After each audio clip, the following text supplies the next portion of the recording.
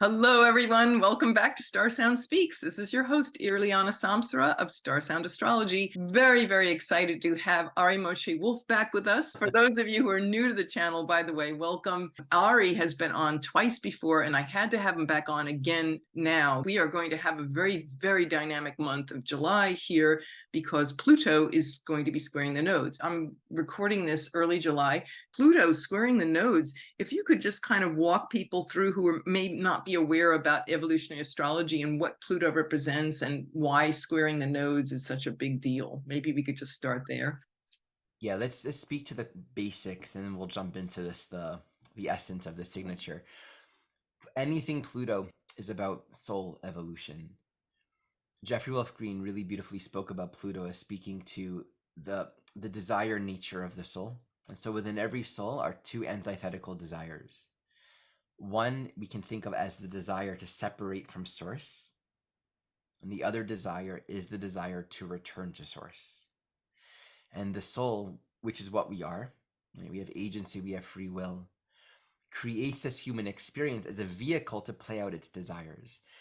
And he describes that the evolutionary journey of the soul is the gradual exhaustion of all desires until the only remaining desire is the desire for the truth, to reunite with the source. So we all have that. It's not our only abiding reality, because we're all wanting other things. So it's not about transcending or letting go of those things. A part of what this human life is for is just working through it. So we come into experience, we manifest our desires, we play it out, and we learn more, we grow, and we let it go. And then we generate new desires for new experience, and we let that go. And all along the path, we're just growing, becoming more aware of our inherent power, who we truly are. And this is the nature of the evolutionary journey. But a very important facet of Pluto, and anything that involves Pluto really speaks to the choice between cooperation and resistance. Mhm. So we're having experiences and their dynamics and confrontations in our life, and everything's going to bring some level of growth. But everything's also impermanent. It comes and it stays for a while, and then it goes when it's no longer here. Nothing lasts forever. And so we can be in a psychological state of resistance, which would be any emotional state of victimization, of associating life conditions with something that deems us powerless or entangled or entrapped or incapable of living from our agency. So in that psychology of resistance, of victimization, we'll either try to hold on to control, we'll manipulate, we won't let go, we'll try to make things occur according to what we feel it needs to be, because we're associating, we're focusing, and Pluto is these words: focus, concentration, depth, penetration.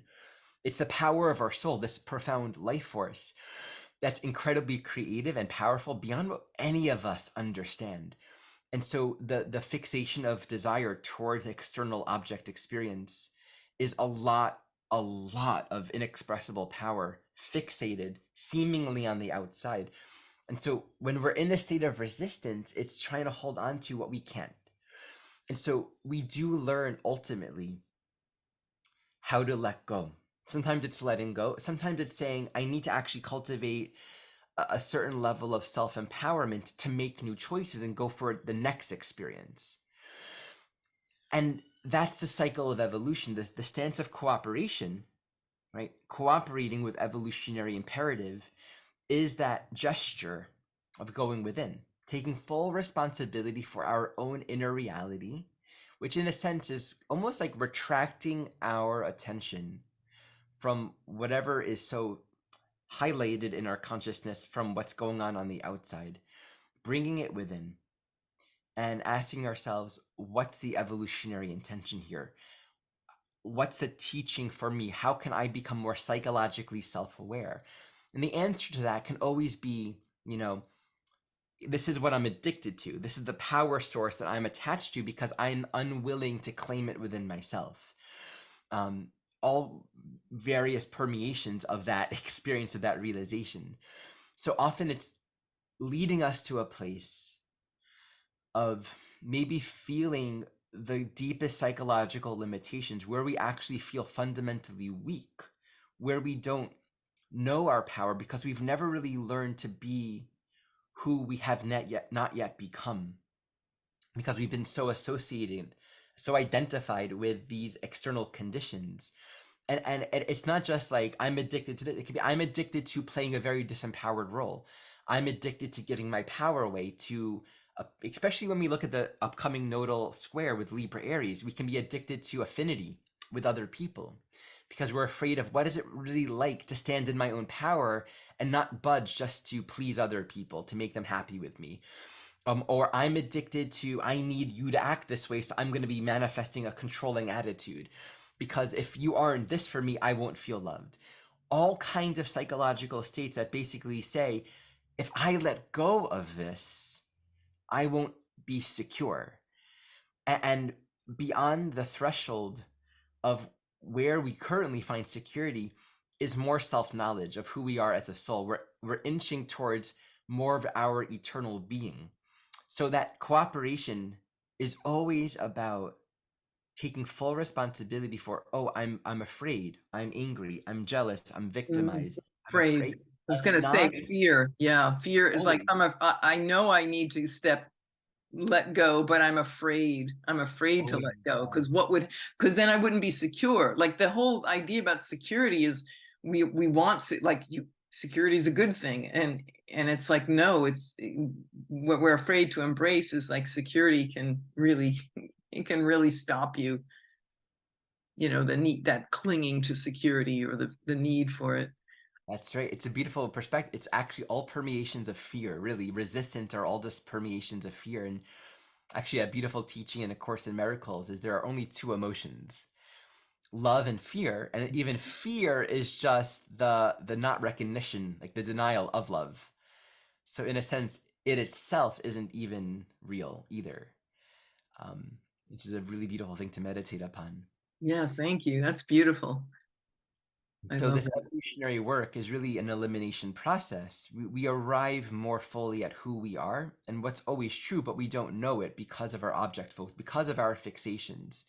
So there's a shedding and there's an unraveling that occurs at each evolutionary phase. Okay, so with this phase of Pluto having entered in Aquarius in March, now it's retrograded back on June 10th, I believe it was. It went back into 29 Capricorn, and it's going to be, as we know, it's going to be hovering at that threshold between late degrees Capricorn into Aquarius back into Capricorn next year. It won't fully be in Aquarius until November of 2024. So this is over a year, almost a year and a half, where it's like the Colossus of Rhodes, that's a foot in each world, one on one, and so that is itself an incredible story. Everything that you're saying, and then we map on the exact zodiacal placement, and wow, this is a huge evolutionary threshold. You know what it reminds me of? If you're moving houses, so maybe you've begun paying rent in the new house and you're moving some, but you're gonna keep on going back to the old house and doing a lot of cleaning. You gotta like excavate the whole house, That's a clean good. every single room. I You're love giving it. it over to to sell or the next people.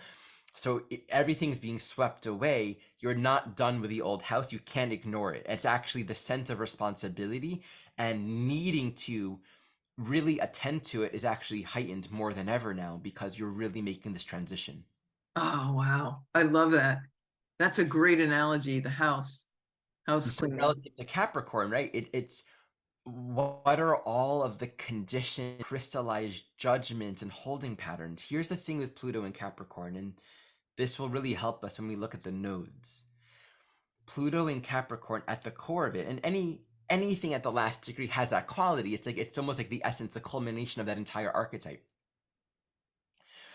Excavating and going deep within the deeply crystallized expressions of shame and repression that says, I am holding my own sense of security and power within these boxes because this is how I can feel secure with myself. If I let go of these boxes, um, I will be wrong. It will be bad. It won't be. It's almost like the issue with Capricorn itself is some sort of projection of right and wrong that we place around ourselves to protect ourselves from actually what we're afraid to really look at. So all of the conditions, the agreements, the patterns of living, when we look at the square between Pluto and the Libra Aries axis, we're really very strongly looking at what are my agreements with you? Who am I going to be? What are my roles? And we look at relationships. Um, this is who I'm going to be, and this is what I'm going to give, and this is what you're going to give. And we can get ourselves stuck in these roles. To give an example, Pluto and Capricorn relative to this Libra Aries, um, you got your home, you got your children, you got your 2 cars, your dog, your television. I mean, everything's right, everything's structured, everything Capricorn, it looks right, just like the Joneses. And you work 9 to 5, you come home, and if you're the wife, you make the food. If you're, just like take the example of a traditional family American structure or whatever. But anything, it could be on the outside, it can look like a very non-conventional structure. But the question is, on the inside, is it livable? Is there movement? Is there space? Is there fluidity? And that Cancer polarity is so important, because that Cancer polarity to Capricorn says, do you feel good? Are you thriving emotionally, right? Does the tenderness and the call for nourishment, is that being honored? That, yeah. Or are we so stuck in the I have to do it this way? So there's like if I don't do it this way, I'm gonna feel like I'm not doing the right thing, and if you don't do it this way, I'm gonna betrayed or abandoned or hurt. So how are we holding each other in jail? How are we holding ourselves and one another in this holding pattern that's valuing the form and the structure and the idea of things more than the truth? Right? So Pluto and Capricorn at this time, and especially with this square to the nodes, is really asking us to put the truth first, to put evolution first, which really we can say is a hyper focused attention on, okay, what needs to be excavated? Because we're not going to live here anymore. We're going to a new paradigm, which is beyond what we know. It's beyond the precedent of our conditioning. So we have to make sure we're not leaving anything unattended. And the transits are just like helping us with that. We can trust life to just reveal to us what is not functional right now. Beautiful. And the nodes going into, I think it's July 17th, the nodes will shift into Aries Libra. That's coming up very soon. So it's all at this karmic 29 degrees. Yes. There's a huge karmic imprint here. So it's not just that we're doing this change where we've already seen our new home. We've been given the keys in March with Pluto and Aquarius. We've stepped in, we kind of looked around. Then we had to leave right away. It left at 0 degrees, but we at least got a sense of what the potential is. So having seen that, then we go back to this old house and go, well, given what I've just seen there, what do I need to take with me, and what needs to go? Because this furniture is not going to fit in that new house. Something's got to go. And let's be clear, I don't know if we actually are allowed to live in the new house yet. Like maybe we don't have the keys, but they gave us permission to like start moving in. We're still living in the old house. Like we're still sleeping there. And so Pluto is the excavator. And are there mold issues behind the wall? Right? Like, are there some fundamental structural issues that are actually dangerous and not good? Because we can't just ignore that. So we're still sleeping here. It needs to be healthy. We need to be able to utilize the kitchen and the bedroom. So I think the actual, we were looking at this before, the squares, the actual exact 90 degree is the 29th to the 28th, because Pluto and the nodes are both moving backwards. So they're staying in that exact square within a minute for like 7 days, which is really amazing. That's crazy. All from the 29th degree to like the very end of the 28th degree on the 28th. So yes, that'll be about July 22nd, depending on the time zone, 23rd on the eastern seaboard, 22nd, 23rd to about the 28th. So there's it's almost a week. It's amazing. Yeah, it's a powerful, one of the most powerful transits. And of course, Venus is stationing retrograde during that as well. And, Pluto, that's its own ruler topic. of the South Node. It's and all the eclipses that we're gonna be. It's just that's just wild. That's the like showdown at the OK Corral. That's yes. Showdown at the OK This is the Corral. week where the fumigator comes, right? This is where there's a hyper focus on really attending to what is the evolutionary imperative of this time. So, shall we tune specifically into the nature of this Pluto square to the nodes? Yeah, I'd like to. Okay. So, when we work with the nodes in evolutionary astrology, we're always looking at how we're integrating our experience. Like the nodes, both natally and in transit, are incredible. They're like portals. And you feel that most during eclipses, but note, the sun is also going to be in Cancer, squaring the nodes. This is the midpoint between the eclipses, which are also very powerful station points. These are very important periods in terms of like the yearly cycle. The nodes are where evolution happens, where dynamics from the past come up to be integrated, harvested, or cleared and resolved, and then we're moved forward towards the evolutionary trajectory, where the growth is right now, the new, the unfolding. South node, north node.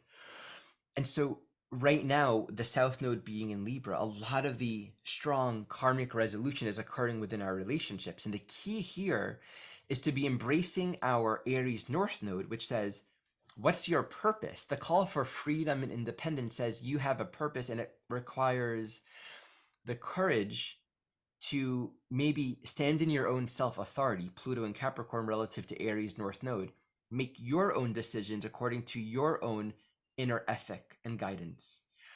But this is not about separating from other people. There's a lot of resolution in that Libra South Node. So the question really becomes, how do I stay committed to my relationships where my bottom line orientation is every relationship is an expression of choice where each individual is showing up from a place of freedom, and our presence is full. Our relationship, our way of being is clean and clear because we're fully there, and what we're committing to, what we're choosing, how we're operating is coming from choice, not because of I have to, not because of obligation. And so where there are these imbalances and the entanglements and the patterns and the codependencies and the people pleasing, the expectations that aren't mutual, that aren't clear, that aren't agreed upon, all of this really needs to be seen. Right. And Be Pluto committed. will show it to us very, Absolutely. very And, intensely. and the duality that we really have to be aware of, because when Pluto squares the nodes, it can really imply it manifests as a flip flop. And it's been squaring the nodes for several months, so this has been building. Right. A thing to really watch out is where we fall into a duality of rejection or leaving or isolation. This was toxic, or this didn't work, or this isn't good, or I can't work with you, and I'm just going to go and do my own thing. That doesn't actually allow for integration. The mastery here is, there's a beautiful teaching in A Course in Miracles that says, from the point of view of the Holy Spirit, every relationship is a total commitment, and not one takes away from another. The idea of every relationship being a total commitment says between two souls, there is the idea of a total commitment says any two people share the possibility of healing, and there's value and there's beauty and there's holiness in the reflection. And to stay committed to that truth, to stay committed to you are an inexpressible expression of the divine, and to commit myself to that seeing, whatever the form and whatever the particular dance is, to commit myself to that healing of perception, and that forgiveness means I'm not going to allow myself to settle for any judgment or solution that puts something into a tidy box but actually doesn't allow for the fullness of truth to come through, that doesn't really allow and honor our true freedom and agency, or just kind of keeps us settled in a judgment of separation. It says I'm going to stay true to getting through to the other end, where I only see the truth of your freedom and your wholeness. And so a relationship is healed when there's only appreciation. And when we look back on the past, even if it was hard, there's just appreciation. Or even if it was like, for example, a really dysfunctional codependent relationship, like if we can just make it in an extreme example here, even if people who listening might might be experiencing an abusive relationship somewhere in their life, and maybe in more than one place. And so to take it out of that box, and what you were saying, seeing it in this new way, and that is what is going to liberate us. And that is what Pluto is asking us to do, is Yes. not staying in those crystallized patterns and boxes. Yes. I'm so glad you mentioned it, because some feedback I often get is like, well, what about if I'm in a relationship with like a true narcissist and this is like really abusive, you know? So it's never for me to say for anyone what to do. And of course, sometimes there is just the importance of honoring what we can access and what we can do and what we should do, leaving a dangerous situation or whatever. But I do find that the more we heal our mind, the more we really meet our own internal healing, the more our story of the past and of other people always follow. When we heal our mind, our perceptions follow. Like like the waves that just follow the ship in the ocean, you know, just it follows the movement of the ship. There's something that is it's unified. And because we become more self-aware of our own soul program, and ultimately the deeper, sometimes hard to grasp, sometimes it takes a long time, true that everything is for our benefit when we really orient to the soul. And I never want that to become a point of alienation, to sort of bypass what's present and live and sometimes really maybe important at this moment. But that's what emerges as we go deeper within. And perception always changes as a result. So this Pluto square in the nodes really emphasizes the significance and the holiness and the value of all of our relationships, whatever they're bringing forward. And I want to share one thought. There's a truth to the experience of evolution where things are uncomfortable and we don't have an answer, and we maybe haven't like seen the other end of it yet. Like we're in the room, it's moldy, I don't know what to do. Like being present with an uncomfortable situation and just being with it, and just this wisdom and this like practice of yielding ourselves to it. Oh, I'm really angry, I'm really upset, I'm really triggered, I'm really annoyed by this. I really am stuck in this pattern, and almost the part of us that wants security wants to solution it, wants to give the solution, wants to find a way out, wants to strategize. And there's sometimes a lot of healing and sweetness and taking our time with it, which sometimes taking our time itself becomes an act of self-forgiveness, of cultivating more grace and trust. I trust the intelligence of life. I trust myself. I trust that this moment's okay, and I'm actually giving myself permission to rest a little more, and to be a little more gentle. What we learn in that is, in being a little less defensive or on guard or reactive or solution focused, we learn this infinitely profound art of allowing everything to be as it is.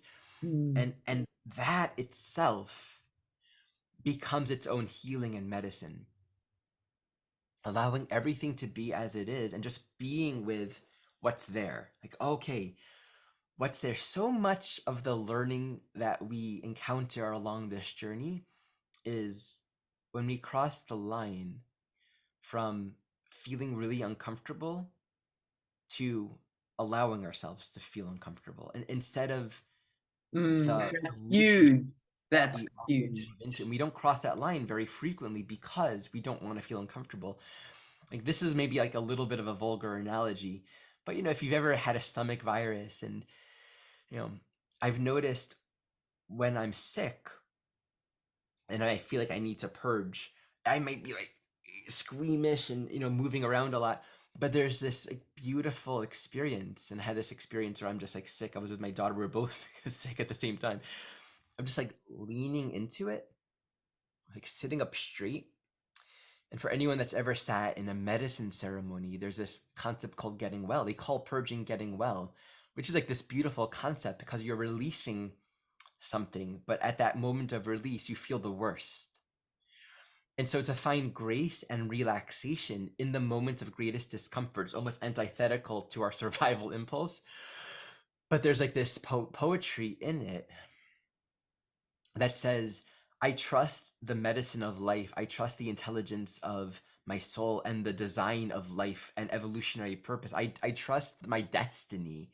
I need not control this. And so that relaxation and grace allows something to happen on its own. And so I just think that's a really important thing to really contemplate at this time when there's so much psychological content moving and we might feel very stimulated. Might think that we need to do a lot more than maybe just be with it even more deeply. And when you're saying this, Ari, what comes to mind is how in our Western culture, with medicine, it's so much of it is just treating the symptoms, and it's like We band-aids. don't have to feel it. Yeah, it's like, oh, you don't feel that nasty stomach feeling. Here's something that will just suppress it, and all these things. And I'm not here to judge anybody or anything, no way whatsoever, but I'm just saying that it's interesting because that's woven into our very thinking. And we talk about Pluto and Capricorn and these crystallized containers of beliefs of how things should be, and it's like, hey, what if can you imagine going to the doctor and doctors just be with the nausea? I mean, here's a pill that you have to take to, it's just amazing that we're at this time in our life where we get to rewrite all of that. We can step outside of that whole thinking. And I love when you said earlier about there's being aware, there's being okay with it, and then and you said it better. Sorry, Being being uncomfortable, uncomfortable, being right? uncomfortable, and then I forgot what I said too, but um, allowing yourself to feel uncomfortable. Right. Being uncomfortable is different than allowing yourself to be uncomfortable. That's a Grand Canyon of a difference. Yeah, yeah. And that we're all getting this now. I feel like collectively here's this opportunity with Pluto squaring the nodes. We're getting this opportunity to just really disengage from these unconscious patterns, and wow, leaning into and embracing it, and seeing that, like, for example, dysfunctional bully narcissist relationship that we've been in, or whatever, to see that and go, wow, you know what, there's a grace here, instead of like, that's the bad guy and I got to get away from him. And it's like, no, there's something different. And I know from experience, that when we stop projecting outside and making them wrong, and oh, I gotta get out of this thing. And it's like, yeah, on one level you do, but to not see it as this bad thing is to see it as this grace. That other person shifts. I'm sure you've seen it in your own life. These things that we think these people are just so intractable, their attitudes and their whatever and their toxicity, but it's not. It's really our mind that is, helping to create. Ultimately, there's, Warren Earhart used to say that there's nobody out there. It's like, oh, but my mother, da, da, da, da, da. It's like, there's nobody there. It's the empty boat. That's sort of the meditator finally found a canoe to go into the middle of the lake where there's no one, and he's meditating, and suddenly this boat knocks his canoe, and he said, "Who's so careless driving this canoe? And you just knocked into me." And opens his eyes and sees that it's an empty, abandoned canoe. There's no one there. There's no object. No one did that to you, right? And I think we fail to recognize the extent to which we fix our own unhealed condition by fixing our perceptions onto other people. In most cases, I actually really feel that, like you're saying, when we kind of meet our own content and stop accusing the others as being the cause of our suffering, most of the time people will join us in that, right? There are some that are more chronically in that state of resistance and they won't, but the narcissist, and to exist and to be perceived as a narcissist, requires a perceiver, right? We have to have the experience internally of our power being given away, of them taking something or mistreating us. If we're unwilling to join that world, if we're unwilling to exist in that framework of our power given away, maybe we can identify behaviors and psychological dynamics, but we wouldn't actually be able to identify someone else as that. It's an interesting thing. We can love others and appreciate them and simultaneously recognize, oh yeah, here's where you have some healing to do. but it becomes so impersonal and more compassionate and less charged. And we feel much less of a need to judge and control another person, even if they got a lot of unresolved stuff going on. When we free ourselves from the dynamic, we can really see with a lot more love. And I want to offer this perspective, and hopefully this is like a compassionate, when it comes to that threshold of, I think this is where maybe we often get confused or it gets tricky.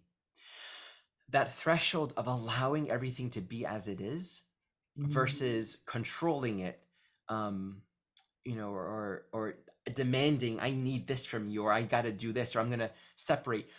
There's no judgment. It's more of a personal inquiry. And I invite this for each of us as a personal check-in, right? We're not trying to take a principle and universally apply it and alienate ourselves. Personal check-in in our own way. Can I allow this now? Can I listen a little more right now? Can I just be with this? Right? And just being willing to offer ourselves that question and just to consider it. More often than not, I think for all of us, we're going to find, yes, I can.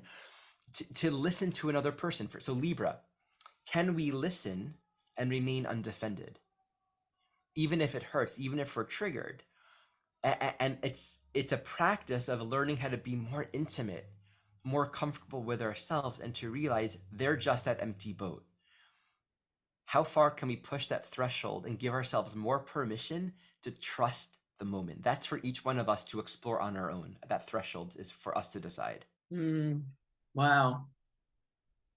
And then I guess I would like to say maybe in conclusion of this wonderful interview, I've really gotten so much out of this, is as we do everything that you've just been talking about, this, sitting with, being with what's so, even if it's uncomfortable, leaning into that. And then those are gifts that this Pluto retrograde in Capricorn squaring the nodes, if we can realize these gifts, then wow, what a whole different world Pluto, when we get back into Pluto and Aquarius, we can take these insights and move it forward. Because right now in the collective, Pluto and Aquarius has been looking kind of scary. And I'm thinking about AI and Chat GPT, and you're seeing these stories. It feels like we're not going to have jobs. The robots are going to take. There it is again. That projection of I have no agency here. The robots are going to take over. And it's like, no. If we do this inner work as well as you've articulated, then it doesn't have to look like that. It really doesn't. And No I doubt. know that sounds preposterous, but Well, absolutely. I mean, we get to find out. And I think it all starts with doing our own work right now and trusting the evolutionary process. This new house that we're going to is so different. We want to do our work now with total trust because we don't want to recreate the same conditions then. It's not what we're interested in. There's so much more that we want to see. There's so much more that we want to experience. Can I share a story, something that I read recently? sure.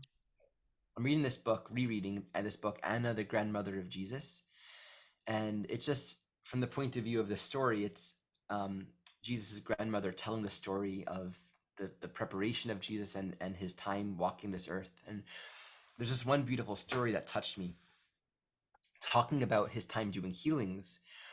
He did this healing for this one man that had palsy and a clubbed, I think a clubbed foot or a clubbed arm, right? So it's sort of clenched in this way. The story says he was with him, lie down with him, and spent some time together. And this young boy had visions flash through his mind of all these prior lifetimes where he was angry, where he used his fist in anger, sometimes thinking he was doing the right thing, but where he was fighting against perceived adversaries, and that he manifested this body condition, these limitations, this particular experience, all to heal ultimately all of this past that he was holding on to. When I Mm. read that, it touched me so deeply because the words that I read were, he saw all of these lifetimes where he had not forgiven himself for his anger. Mm. When we reach the point in our own self healing where we can recognize that the conditions of our life that are difficult, whether it's a body, whether it's a relationship or a life circumstance, points back to, at the core, our own self forgiveness. if we can follow the breadcrumbs back deep enough within, and if you just want to, I want to take a moment to find the words here to really connect with it.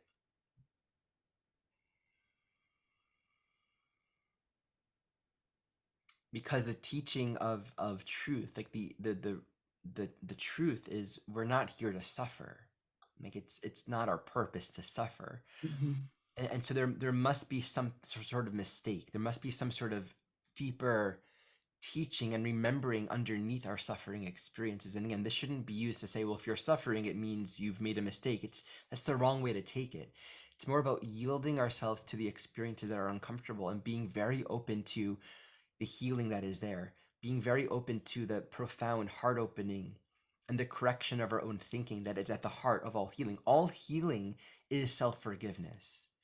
All healing is the correcting of our thoughts. Even when we forgive another, we're forgiving our thoughts that we thought about them. They say forgive and forget, forgiving and forgetting. We forgive and then we forget what we thought about them. Yeah, I agree. Correcting our own thinking.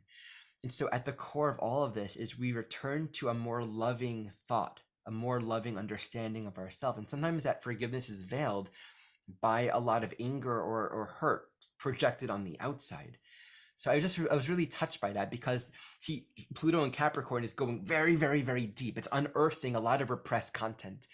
So we bow to our relationships, and we are liberating each other. Like Ram Dass says, we're just walking each other Walking each home. other home. Yeah. And Miracle says, honor your brother as your savior. You are each other's savior. Like to see that, Love and to that. stay committed to one another and to stay committed to this path is staying committed to the soul, staying committed to God, to truth, to love. And yeah. Oh, that's beautiful. Awesome. Wow, you come up with such gems. I listen to you, I'm like, oh wow. I know that is in me somewhere, but the way you say it is so beautiful, and I'm just always so grateful. I could listen to you for hours, but I know you have a class to teach, so can't do it today, but we can always have you come back and we'll share some more. Always Wow, happy to. thank you. Wow, this is beautiful. Thank you so much for your gems again. And we will see everybody soon. Thanks again. This is Irlianna Samsara, StarSound Speaks, starsoundastrology.com. Namaste.